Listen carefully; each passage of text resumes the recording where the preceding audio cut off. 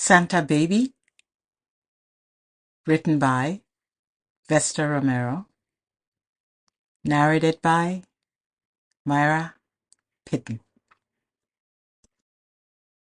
Aline. I patted the old woman on the shoulder gently while reassuring her. He'll be just fine after a little rest.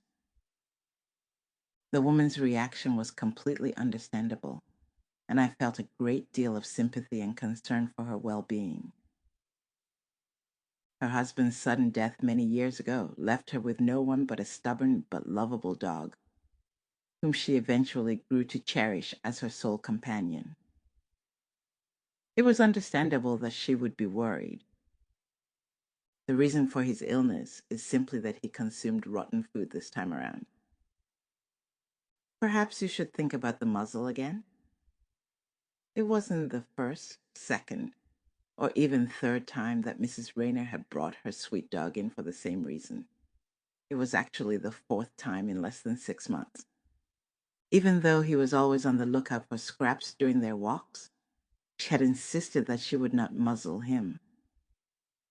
The old woman now nodded, as if finally convinced. "I'll get one at the front desk." She was still shaken up. There was no need to keep him overnight.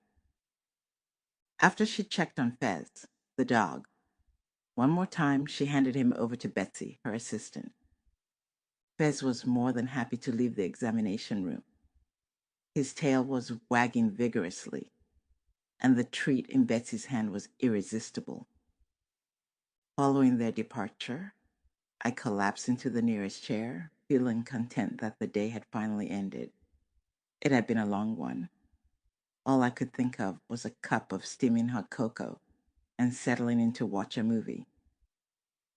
I rubbed my temples because I felt a headache coming on.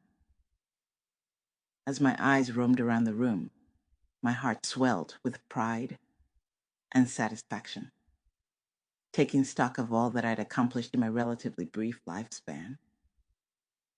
Rising from my seat, I gazed out the window to witness the snowstorm that had been forecasted had already begun. It was incredibly fitting for the festive season, so when I saw it, my eyes immediately lit up. Since it was December, it was to be expected.